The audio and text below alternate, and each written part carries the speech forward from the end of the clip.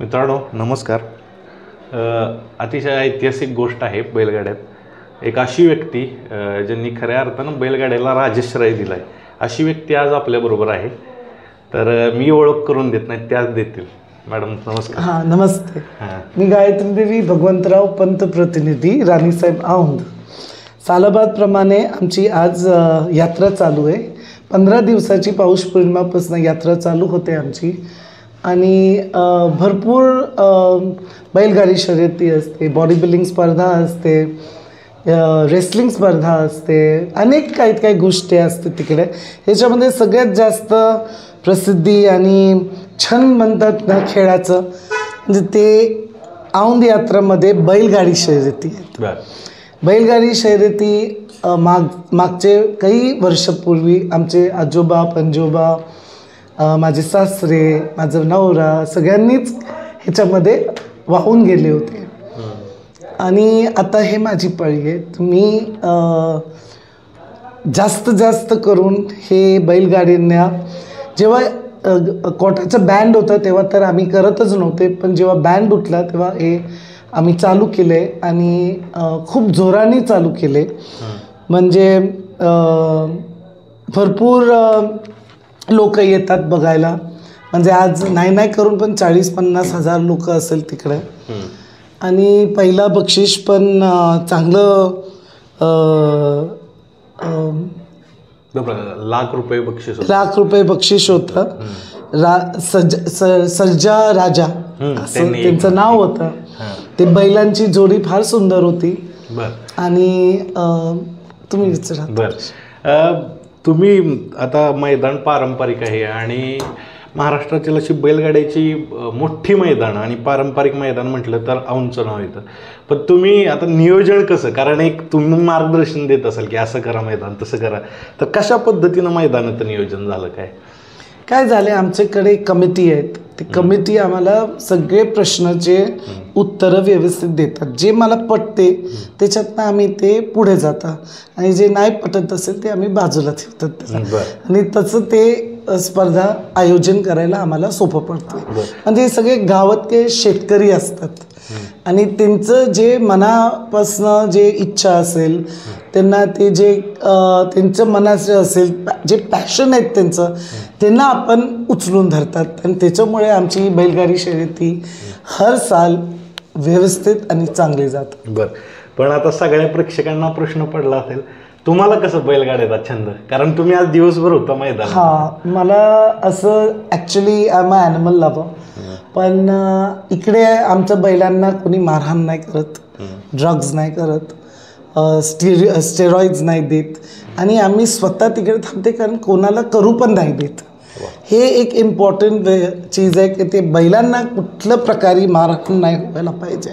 म्हणजे मागे ते त्याच्यात हातामध्ये खिळे लावत होते आणि त्याला मारायचे, म्हणजे तिकडे रक्त निघायचं. ते सगळं आमच्याकडे नसते. प्युअर रेस म्हणून असं आम्ही बघतात आणि त्याच्यामुळे खूप मजा येते. मगाशी सांगितलं की औंध संस्थान आहे, ही पारंपरिक कुस्त्या असतील, स्पेशली बैलगाड्यांची परंपरा खूप मोठी आहे, 100 वर्षापेक्षा जादा. पण अजून काय औंध संस्थानाचं वैशिष्ट्य काय?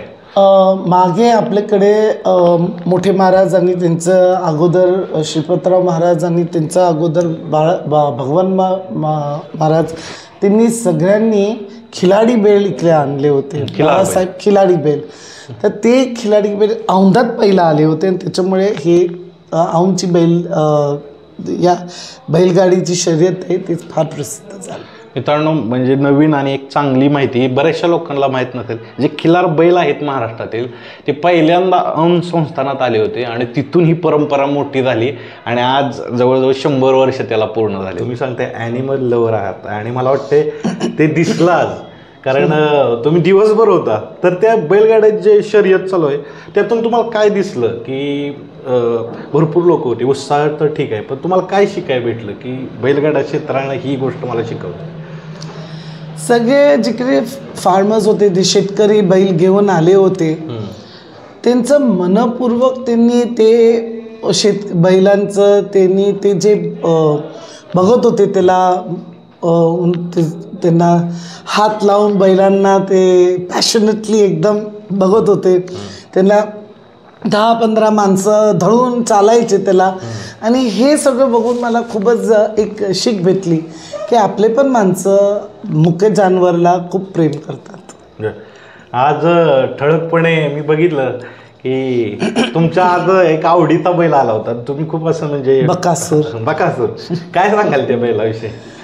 ते बकासूर मला आवडलं कारण ते जोर फार सुंदर दिसत होती, आकर्षण होतं ते बैलांजवळ. आणि ॲक्च्युली ते फार मला दिलगिरी व्यक्त करायला लागते की ते बैल ते क्रॉस केली लाईन, त्यांनी ट्रॅक क्रॉस करून ते बिचारे हारले.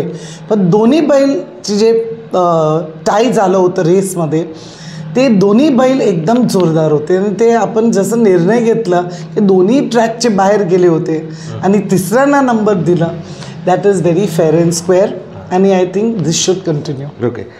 आणि त्याच्याबरोबर मी पाहिलाच तुमचे काय मित्र परदेशातील पाहुणे आले होते, तर त्यांची रिॲक्शन काय होती? कारण त्यांच्यासाठी हे नवं आहे पूर्ण. पहिल्यांदा ते पाहुणे कुठले होते ते सांगा. ते कुठले थोडे लंडनवरनं होते, थोडे मुंबईवरनं होते. आणि ते माझे जुने मित्र आहेत सगळे. आज 15-16 मित्र होते माझे तिकडे. कधी काही पुरुष होते, काही महिला होती. सगळ्यांना असं वाटत होतं की हे काय चाललंय, आम्हाला काही कळतच नाही, हे बैल असे कसे पडतात. म्हणजे ते मी त्यांना सांगत होते की हे बैलांना खूप जपून ठेवतात आणि त्याच्यावर खूप खर्च असते. आणि एक ते शेतकरीचे एक प्राईड म्हणून ते ठेवतात. एक प्राईडला काय म्हणतात, गर्व ठेवतात, गर्वानं ठेवतात. ते सगळं बघून ते पण लई खुशी झाले आज. हा ना, त्यांच्यासाठी नवीन एक्सपिरियन्स होता. जाता जाता तुमचा जास्त वेळ घेत नाही कारण दिवसभर आज मैदानात तुम्ही थकला असाल. कसं पाहता तुम्ही, ॲनिमल लवर आहात, बैलगाड्या क्षेत्रातलं कसं पाहता? कारण काय तुम्ही म्हटला जसं सांभाळतात शेतकरी, खूप अगदी मुलागत सांभाळतो, पण अजून तुमच्या पॉईंट ऑफ व्ह्यूनं काय सांगाल की ॲनिमल लवर आहात म्हणून मी म्हटलं.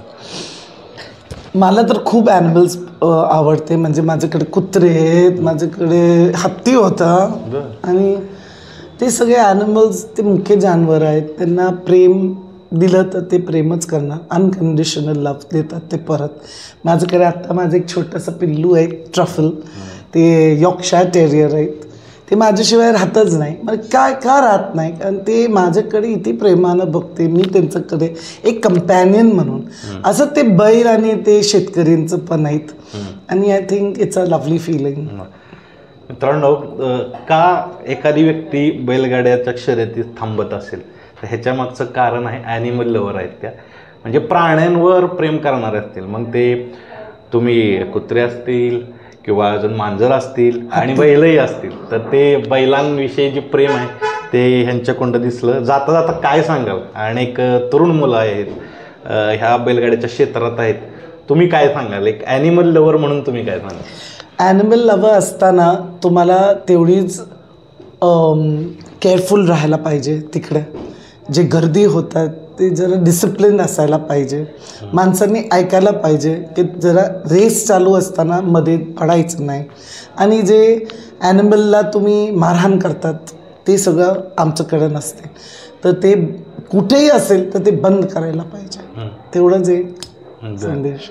जाता जाता तुम्ही औंधला असता का नक्की कुठे असता, म्हणजे ते प्रेक्षकांना कळू दे, का पुण्याला असता म्हणजे कुठे बाहेर असता? कारण तुमचे मित्र मंडळी पूर्ण.